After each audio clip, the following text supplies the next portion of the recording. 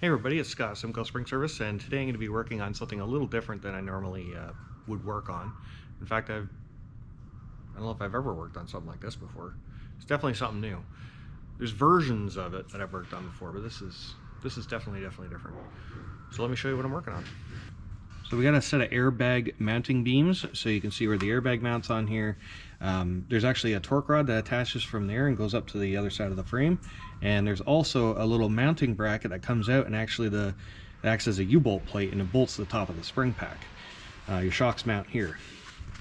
So what had happened was something got loose and the weld cracked and everything got twisted and ripped right out basically.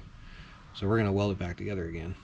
So this plate's not in actually like the worst condition. This one's got quite a severe bend to it. So it's actually curved up like this. It's hard to see it on camera, but it's got a couple of big wows and bends and stuff to it. So we're going to replace this one. The other two are much worse. I'll show you them in a second. But yeah, I sent all the stats down to the local plasma cutting shop, and I had them plasma cut out a couple of circles for me. Just like that. Kind of cool. Just give them all the dimensions and they plasma cut them out for me, and I can go and install them. I'd love to get a plasma cutter myself, but you know, time, space, money.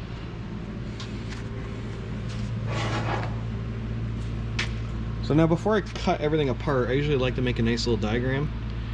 And I mean, it doesn't really even have to be this fancy, but I mean, really all I did was use the inside of a tape roll to draw that one out, and inside of a disc for that one. So I mean, just use your tools that you got. So there you go. I got my little arm that sticks up, my two airbag mounting brackets. I got all my measurements, 36-inch center to center. So I mean, it's really not complicated. I just like to really visualize it so that when I'm putting it back together, I have a point of reference. It looks really good, it's easy to follow, and this took me like 5 to 10 minutes to draw up, which can save me 5 to 10 minutes later.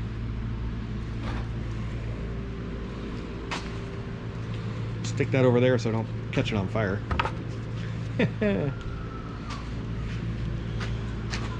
So yeah, here's the airbag mounting bracket that got damaged the most. This one's all bent up here, twisted, and then the issue we have over here is this whole end got bent down. So I'm going to cut the top plate off. It's hard to see, but you can see it's all warped. This whole end is actually bent down. So I'm going to cut this top plate off here, and I'm going to actually bend it back up again to get it square. And then I should be able to put it back in the vehicle.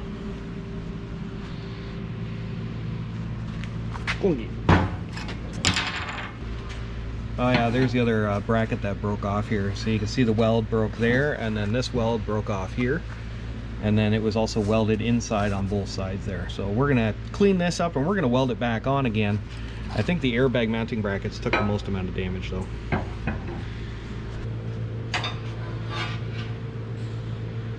So I got my plates already, which is good.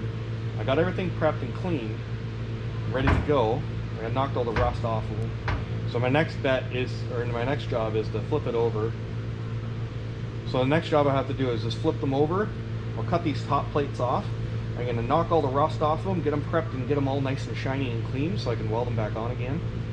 And I mean, really, it's not a complicated job for me. I've done like a bunch of this stuff before.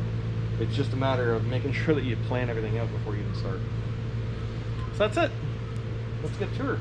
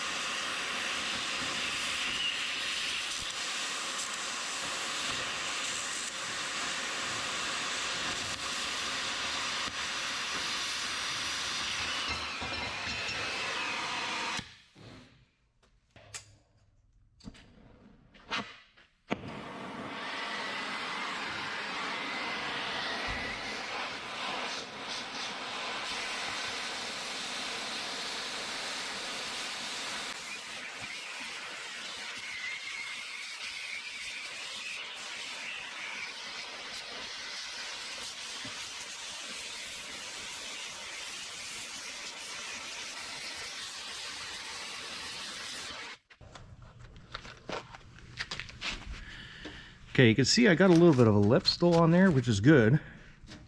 Because what I want to do then is I want to actually go in here and do another pass, and I'm going to cut it until I can actually see the seam between this piece and that piece. And you can see that seam right there. So that's what I'm going to be looking for. You can see a little bit of the seam right there. And once I find that seam, I'm going to cut along it, but I don't want to cut into the parent material. I only want to cut off this material. So I'm going to go and do a couple passes. I'll do one here, here. This one's already gone. I'll probably do one in the corner here because it looks like this piece is good. So I'll just go around and trim it all up and I'll get this piece off.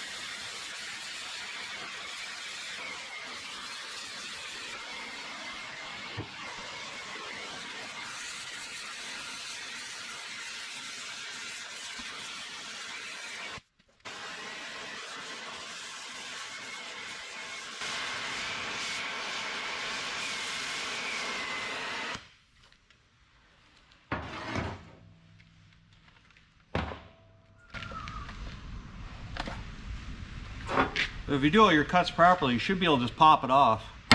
Just like that.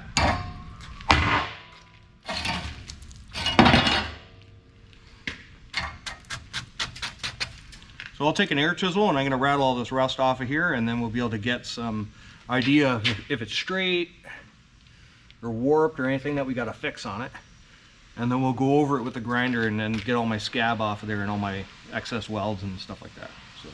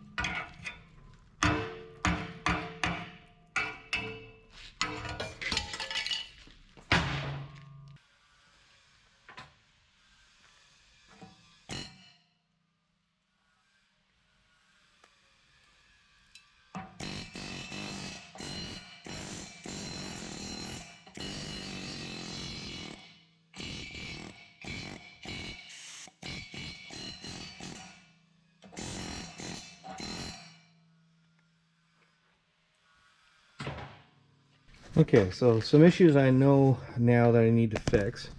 One, if you can see here, it goes straight and it curves down here. So I'm gonna have to stick that in my 100-ton hydraulic press and give that a little squeeze and straighten that back out again. And if you look on this side here, it's got a little curve up on that side. And that one is gonna be, whew. With that curve up on there, it's going to be a lot trickier.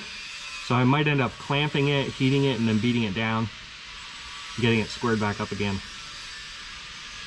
I want them nice and square and level so that when I go put this all together, I don't have to fight it.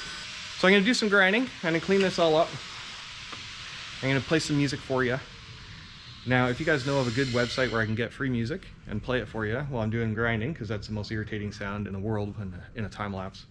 Just let me know down in the comments below where I can get some free music that I can put in my videos and not have to worry about copyright strikes. So let's cue the grinding.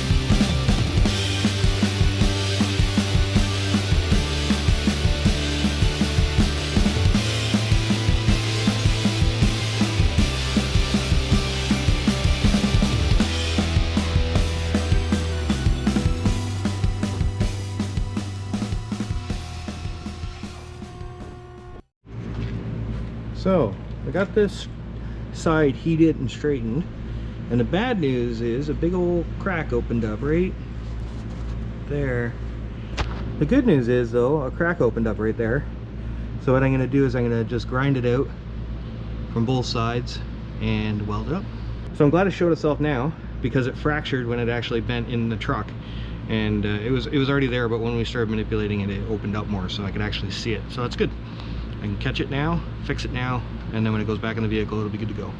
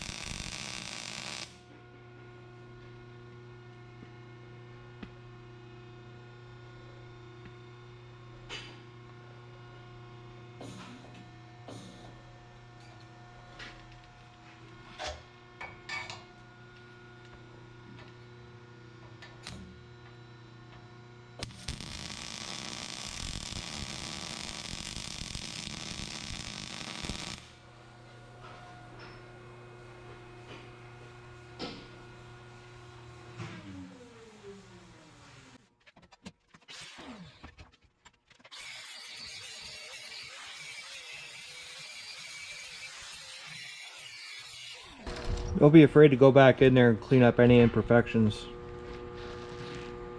I think that's fairly decent. We're going to go in there and weld her up.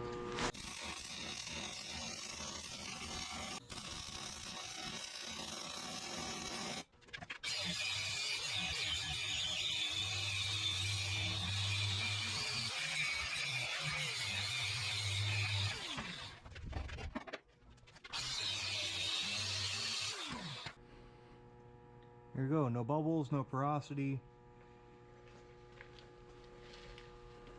I'm okay with that. It's better than a big old crack. Okay, I didn't really have a point of reference, so I measured the axle seat on the trailer, and that should give me my spring centers. So I measured it, and it's 44. Yeah, right on 44 inches.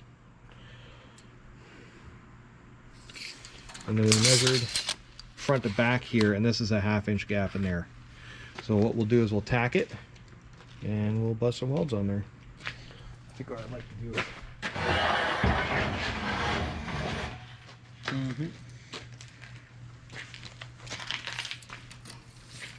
Sure nothing moved. Now the real question is, where do I clamp my ground? On the vice grip? It's a great idea. And it gives me a nice area here I can weld it to.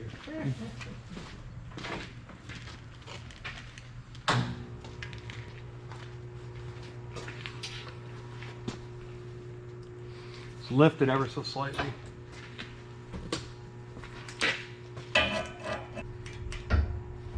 Oh, there we go. You always get multiple clamps on there.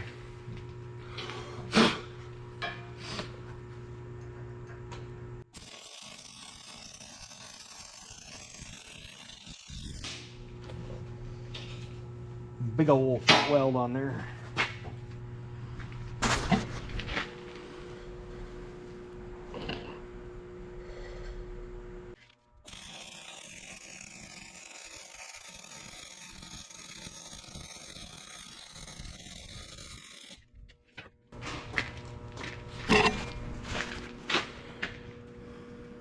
If you can angle your welds so you can get optimal positioning, do it.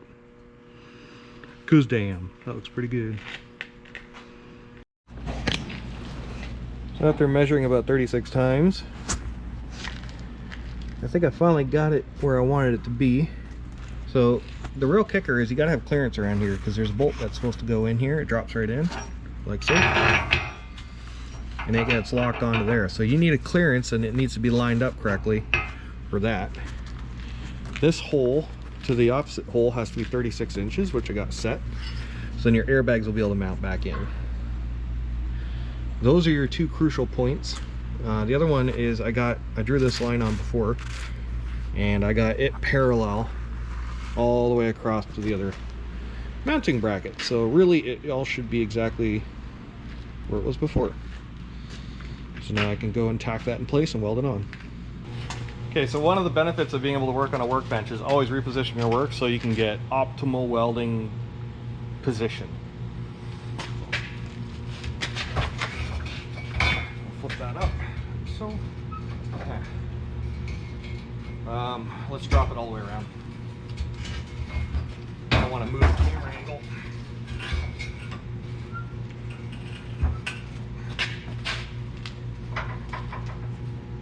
There you go. So now I can weld in here. Get a really good weld in there. And I'm just going to weld the whole thing. It was only stitch weld before, but pump a bit more weld into those cracks here. That's bad wording, but we're going to stick with that.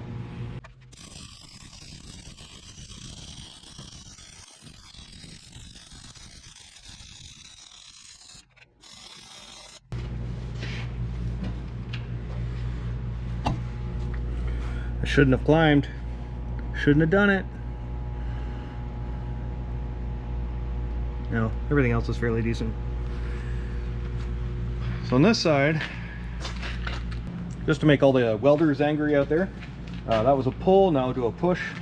And yeah, they're both wrong. Or right, one or the other.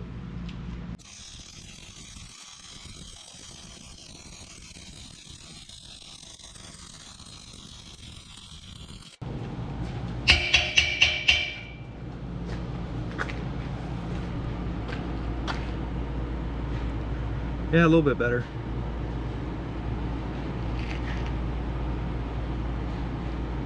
Yeah, that's alright. It'll do, I guess.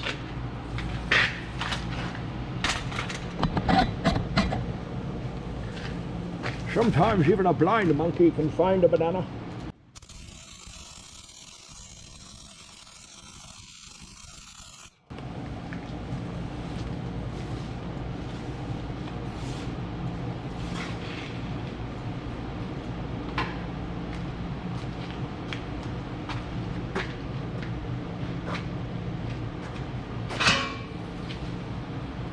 I keep forgetting I'm better at push welding.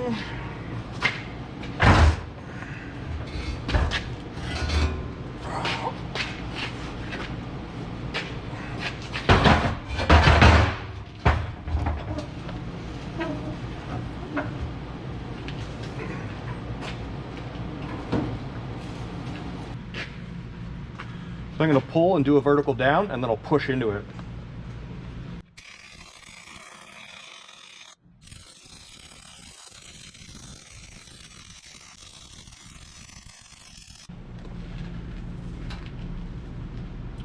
Yep, hanging a dingleberry.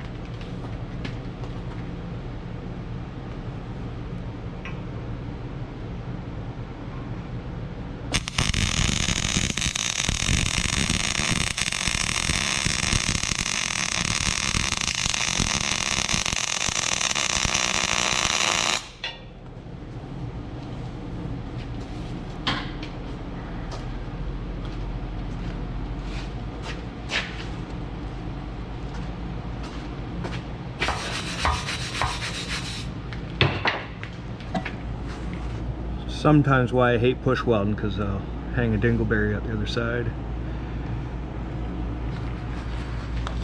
Just like that. You can see it drip. And it's because there's a little gap in there. So as I was trying to push the weld into it, penetrated through and started hanging. But yeah, still pretty good, still pretty good. Buy that off. I'll take that over most welds I see nowadays. This one I'll do the opposite. I'm gonna run it left-handed, do the same thing, and then I'll push weld into it.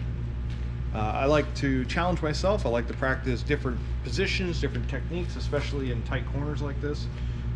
Push the limits of what I can do, because when I'm on a vehicle, sometimes you gotta weld left-handed hung over a frame rail or something stupid. So you gotta keep practicing.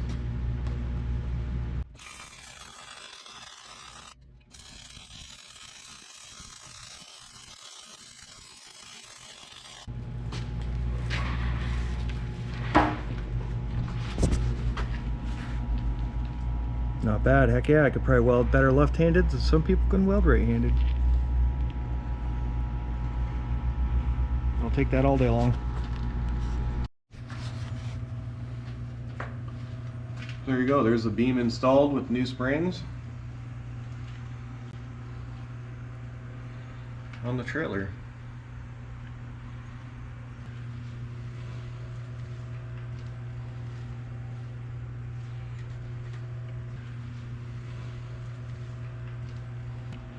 It's so hard to actually see these beams because they're in such a tight spot.